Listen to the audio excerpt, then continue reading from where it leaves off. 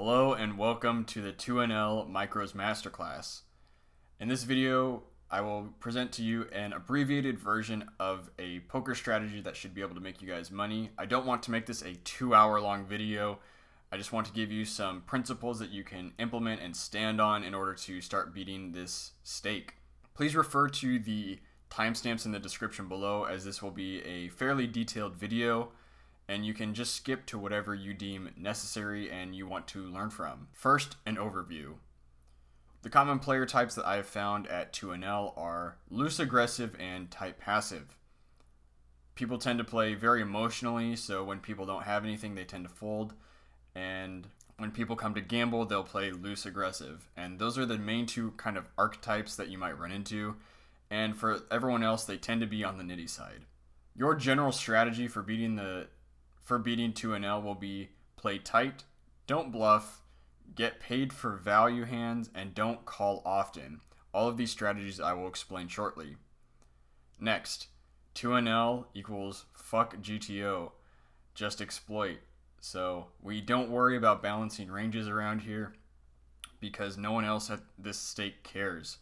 That's about it. Lastly, I have a fairly small sample size. I just finished playing 2 hours at about 5 tables, and this is how I developed these strategies. The end of this video will have a few hands that I played that are broken down if you want to see how I developed this strategy and my thought process. Part 1, game selection. I would generally avoid 6-handed at 2NL. This is because you are simply playing the highest percentage of rake possible on online poker, and by playing 6NL, you're simply forced to play more hands, and by playing more hands you are losing more money to rake, and it is just so substantial that it's just very hard to be profitable. You have to be much better than your opponents to play 6NL and be consistently profitable. However, it's worth noting that 6-handed is great for improving if you want to try some new things and force yourself into uncomfortable spots that will force you to become a better poker player. Next, in general, it is also easier to find fish at 9-handed. So not only are we actively avoiding 6-handed, but we also want to seek out the 9-handed games because that's where fish love to reside. Lastly, when it comes to game selection, I want you to sort by the average pot for the juiciest games, and what I mean by that is the games that have the highest amount of money going into the middle on average. So if your poker client allows you to do that, I certainly recommend doing that. I play on ACR and it is an option there. Next, we'll talk about preflop. To start off, I will just say tight is right. Once again, rake is just making our win rate much worse than it could be.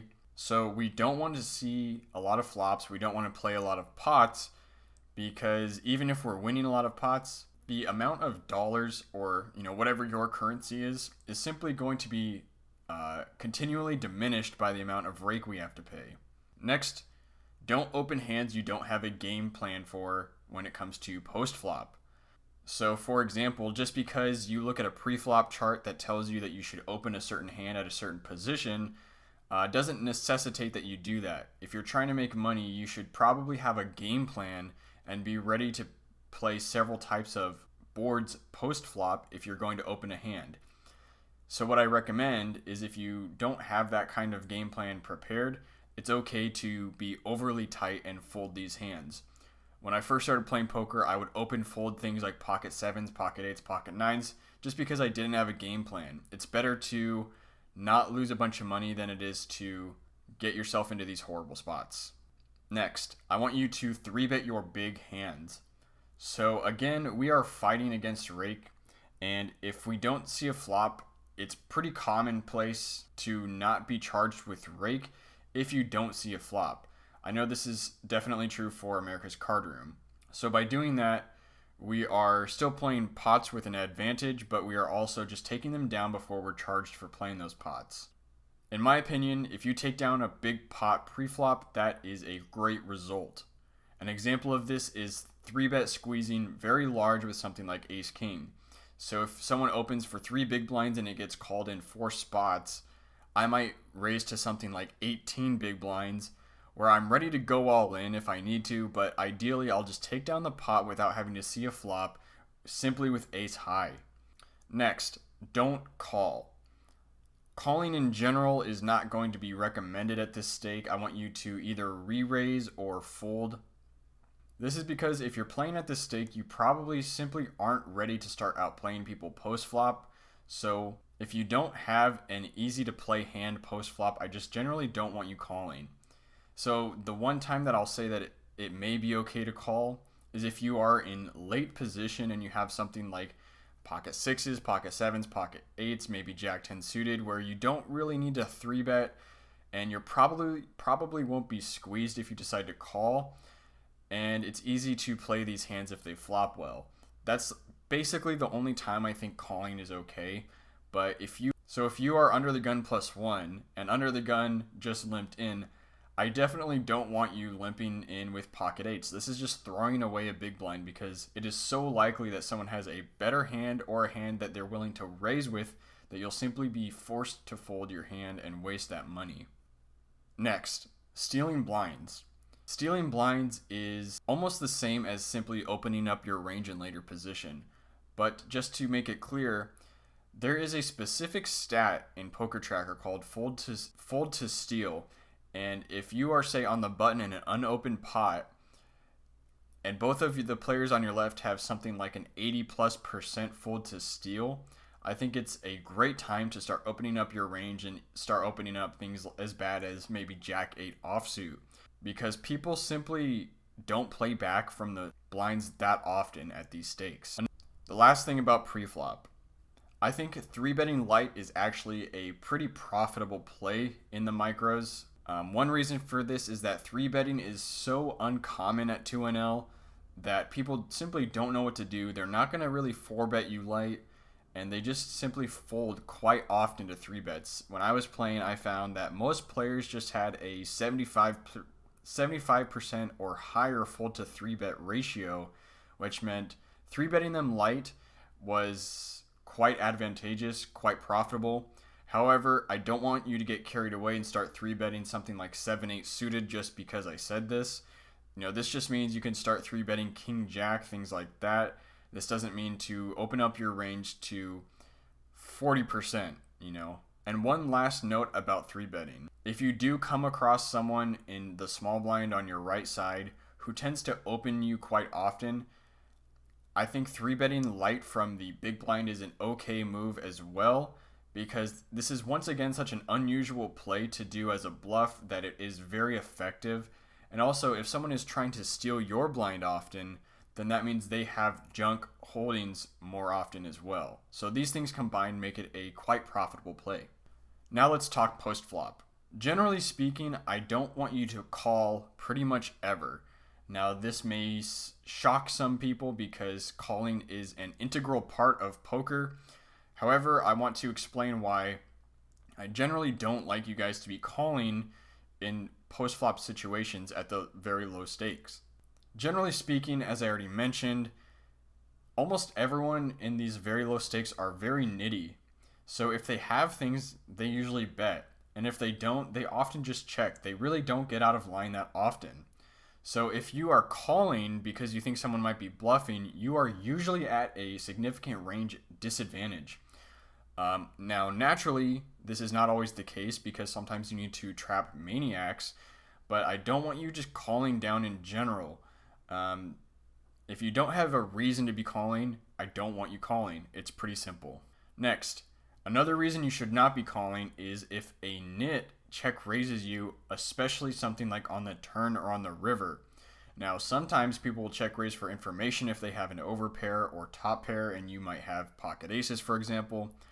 But if someone check raises the turn small and then jams the river or something like this, they usually just have the nuts and you kind of have to just let go. Even if you have pocket aces, it's okay to let it go because you don't want to be paying off nits. Next, we'll talk about value betting. Generally, I want you to value bet quite often, and I'm just going to give a few quick notes about that. If you're playing a loose player who may consider calling you down light or is willing to make big calls, then I want you to simply size up with your value bets. So if you have pocket aces against someone who doesn't like to fold, and they're even willing to call off stacks because they're just crazy enough to think that you might be bluffing, then I want you to value bet on the larger side, especially when you have a well-disguised hand. Next, if you're playing someone on the other side of the spectrum, so someone who is a lot nittier, I think value betting quarter pot and half pot, these smaller value bets can get you very far and get you a lot of value that you wouldn't otherwise be getting. I think this is actually one of the biggest areas of improvement the average poker player can make, which is making more thin value bets. Lastly, regarding value betting, it's worth noting that this is a quite complicated topic, so I can't go into every nuance when it comes to this. But generally speaking, I do want you to value bet often and to remember that. It's better to value bet often and sometimes overvalue your hands than it is to never get value out of your hands. And the last note regarding post-flop. I think it is a good strategy to have a high c-bet percentage. It's quite simple. Most people just really respect c-bets, even if you're c-betting at damn near 100%, because that's exactly what I was doing, and people just simply were not adjusting. Now, of course, if you play this game the same people for several days in a row, okay, you can expect them to start adjusting, but that doesn't mean you can't still have a high c-bet frequency. People simply aren't thinking about your range that much. They simply think about whether or not they hit the flop and if they want to continue. That is a very common thought process at 2NL. Another note about c-betting is that this does not mean I want you to c-bet the turn and river often.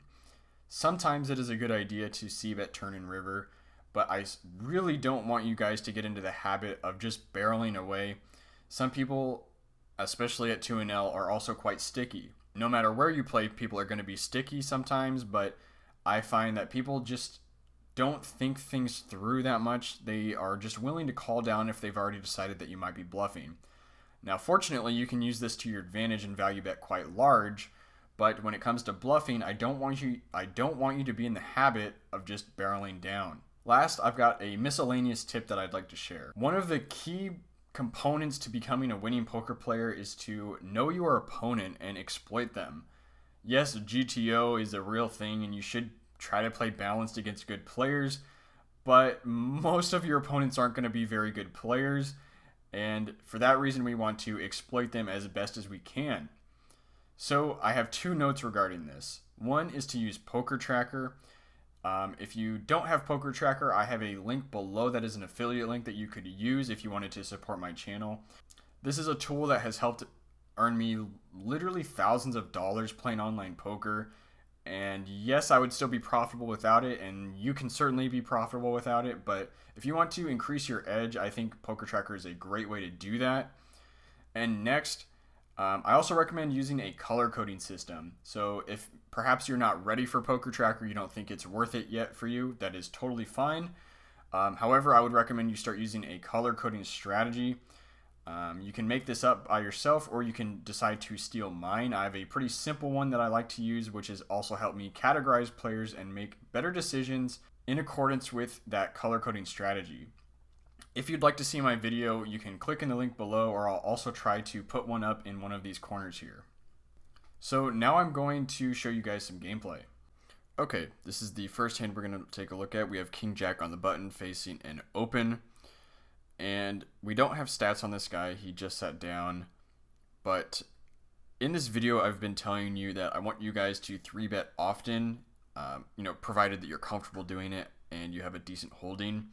And you're not doing it too much, but 3-betting somewhat light is a very profitable play at 2NL, as I have found, and this is just going to show you that.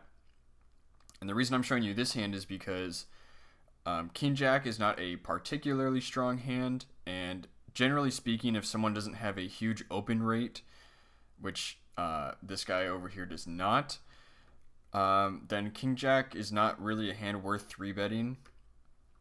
However, as I've mentioned, people at this stake really just don't know what to do against 3-bets, and since it's so rare, it's just a very profitable play and an easy way to increase your win rate. So this is just a very simple hand. I just raise to 3x and get the fold. And the reason this is worth showing is because I think something like, I don't know, maybe 75 or more percent of players would simply either fold or call this hand, and it would be a long-term losing play. Whereas if we decide to 3-bet it and represent something stronger, you can oftentimes just pick up these 4.5 big blinds for free. So now we're playing Queen 10 in the big blind. We just called a 3x raise, and over 16 hands we've seen that this guy has a almost 50% VP, as well as a fairly, well, we don't know the actual number for the aggression factor, but it says infinite, which means he's been very aggressive post-flop. And also he has a pre-flop raise of 25%, which means one out of every 4 hands he raises. So we really don't give him a lot of credit. And with Queen 10, we can flop relatively well. And if we can hit a top pair against someone as loose as this, it can be very profitable. And again, we only had to call 2 big blinds to see this pot in position against a maniac. So given all of these factors, I really like calling here. So when someone this aggressive decides to tank and then check on this board, I pretty much never give them credit for something like aces or kings, which is basically what they're representing when they raise pre-flop and then they continue with the hand. But since he decided to check, I'm pretty much instantly putting him on ace high here. Maybe king queen, some big Broadway cards like that. But most likely I think he has ace high here because he doesn't want to bloat the pot, but if he's willing to check call, it means he's got outs. And since we're in the big blind, we can pretty much have an almost uncapped range. We don't have aces, we don't have kings, we don't have ace king, but we could have literally any hand. We could have 4-6, we could have pocket 2s, 3s, 5s. We can have just about anything. So for this reason, I don't mind a bet here. And I would like to make these relatively strong bets to try to take it down and represent something like, we could even have pocket 6s here. So I'm gonna bet on the slightly larger side because I'm totally okay with taking this down with queen high. We usually don't have the best hand here. And then we end up turning top pair, which is quite the interesting card. So when he checks again, what I've found is that people tend to not want to get bluffed in the blinds, especially after they raise pre-flop. And so what I am going to do in this hand is I'm going to represent a bluff that can be called by ace high. So this is some degree of leveling to where I know what he's thinking, so I'm going to play to the next level of thinking, which will beat him. So I know that he's going to be calling us down relatively light. It's still possible that we're losing to something like pocket 5s, but someone as aggressive as this guy just doesn't seem that likely. I think it's more likely he's just trying to not get bluffed. So what I want to avoid is making a value bet, because if he knows that we're betting for value, our range looks quite strong. But if we look like we're trying to buy the pot with a big bet, we can get him to hero call with his ace highs. So we get an absolutely beautiful run out. We hit top pair on the turn, and then we pair the board on the river. So that makes ace high more likely to be good here, and also makes our pair of 10s very likely to be good here. So now I'm trying to decide on how to size on the river for value. And the thing is that if he were a really good player, I might size up really high to once again represent a bluff. But the thing is at the end of the day, he only has ace high. We're pretty darn sure about that at this point. And so we've strung him along this far, so we're just going to try to make sure we get this value bet in. 15 big blinds is, a very great value bet. We love to get called here. And, yeah, we know he's pretty darn weak, and we could represent a bluff with something like a 3/4 or higher bet. And, yeah, sometimes that will get called, but at the end of the day, no one really likes to call down with simply ace high, no matter what their read may be. But if it's only a half pot bet, it becomes a lot more doable, and that's basically my thought process here. We know he's weak, we know he wants to call us, and we end up being absolutely right. So we get called by ace jack, and as the hand went on, our read became more and more solid. But the way we played the hand on the turn in the river got value from a lot of worse hands, and overall I quite enjoy how I played this hand, and we got great value from it. Next, we're going to be looking at this king 7 hand. So we raised from the small blind to 3 blinds, hoping to get a fold, because as you can see, he's got a 100% fold to steal rate over here. Now it's only over 13 hands, so it's not significant. That could only be 1 of 1. It could be 2 of 2. But just generally speaking, raising the small blind in 6 max is it's a pretty strong play, and I like to do it. And in terms of raw equity, king 7 suited is just not a bad hand by any means. It's beating all queen highs and everything below that, so obviously it's a pretty decent hand. So we do get called, and I think it's fairly standard to continuation bet here for me, because this is a fairly connected board, but not super connected. We've also got a 7 blocker, and we've also got a lot of good turns. If we turn a 6 of spades, a 6, a 3 of spades, all of these like middling cards or spades, we can continue to barrel if we want to. And it's also just fairly likely that this guy just doesn't have anything. So I like to c-bet here. It represents it allows us to keep representing strength. So we would c-bet here with pocket 5s, pocket 4s, pocket 10s, ace 10, 5-4. We're going to c-bet with all of our value hands. So we get called, and on the turn, it pairs the board, which is great for us. I think it's pretty unlikely he has a 4. There's no guarantee by any means that he doesn't have a 4, but I think he's just calling this flop bet so often that he's just going to have a lot of air. But since I'm also not sure, I'm also okay with checking here. At this point, we're not really playing our hand for value. We're not trying to value bet king high or something like that. We're just trying to understand what's going on and see if we can win the hand somehow. So when he checks back the turn, we're fairly confident that we have that he's playing a really weak range, and we can start to think about what hands he might have. So you might have something like queen jack. It's unlikely he has a 10. I think 10s are always betting on the turn. He could have something like 9-10, 8-10, 8-9. I think those hands are fairly common, but I also think he just has air a lot and a lot of weak hands. He could even have something like ace 5. So at this point, I don't really have any plans for the hand. I'm just kind of seeing what he's going to do. It's possible king high is good here. Like I said, queen jack is in his range, queen 9, jack 9. So it's possible king high is good here, but we aren't thrilled about it. But what we're going to see is he's going to make a half pot size value bet or something like that. I think he's value betting. He might be bluffing. But as I mentioned earlier, our range is completely uncapped. We could literally have pocket 10s here, pocket 5s, pocket 4s, 5-4. We could play all of these hands this way, incredibly rep them. And he just simply has a very capped range. It's just so unlikely that he has a big hand. I guess it's possible he has like pocket 8s, but that just wasn't just the way he was playing the hand. I didn't think he had that.